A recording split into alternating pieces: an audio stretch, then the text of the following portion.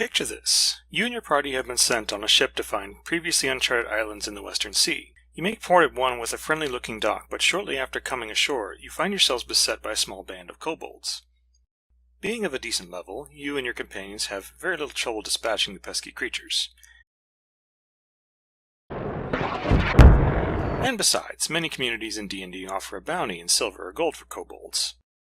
Afterwards, you are approached by a local constable. "Well done! I see you have slain 9 of the island kobolds. That will be 2 gold for each tag, totaling 18 gold. See, it turns out this island handles kobolds a little differently than the rest of the world. On this island, kobolds are hunted for sport. Not only that, but the display of kobold heads as decorations is considered a sign of great affluence, and stuffed kobold parts are used to accent coaches and ships. But what kind of DM would put players in this kind of situation? This kind.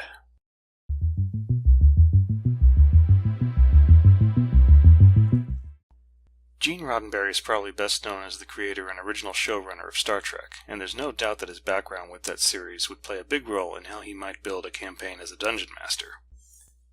But even before Star Trek, Roddenberry wrote for and produced other series, and from those sources you can see a thread in his work that might show up in a campaign.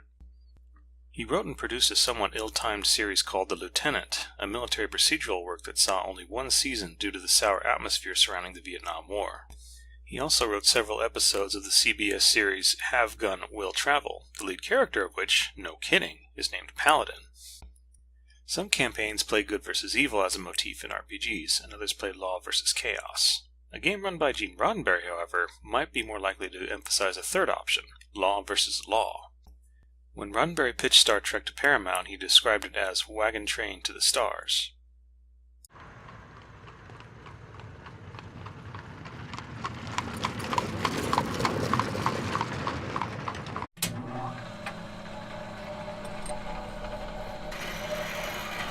Five, 4, 3, 2, 1. Lift off.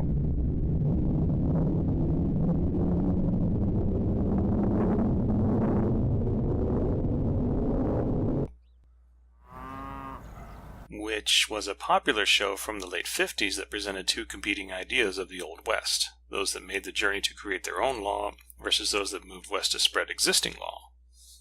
Now, travel would definitely play a big role in a Roddenberry campaign. He might even set it in Spelljammer or Planescape, 2 D&D settings that stretch the limits of exploration for players.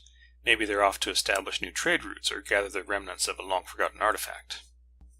And while there would be some combat, the more intriguing conflicts in his campaign would take place in a more civil setting, like a conference or a courtroom. I mean, just think back to all the episodes of Star Trek that involved the senior members of the Enterprise hashing things out in a formal, procedural setting. The very first episode of The Next Generation even opens with the crew representing humanity at a trial held by the allegedly omnipotent Q. The stakes run high in situations like these, as a loss in a legal setting would give the convening authority enormous power over the players. Or maybe the players are the convening authority, deciding the fate of various NPC petitioners at their court. So the kobold scenario earlier wasn't made because a DM like Roddenberry would hate kobolds. His goal would be to make players reconsider how a community handles kobolds. If the players come from a place where hunting kobolds for a bounty is normal, can they truthfully argue against hunting kobolds for sport? It's something fun to throw at players. Maybe not all the time, because the game should still be fun, and asking your friends to render moral judgments on a regular basis can be a bit fatiguing.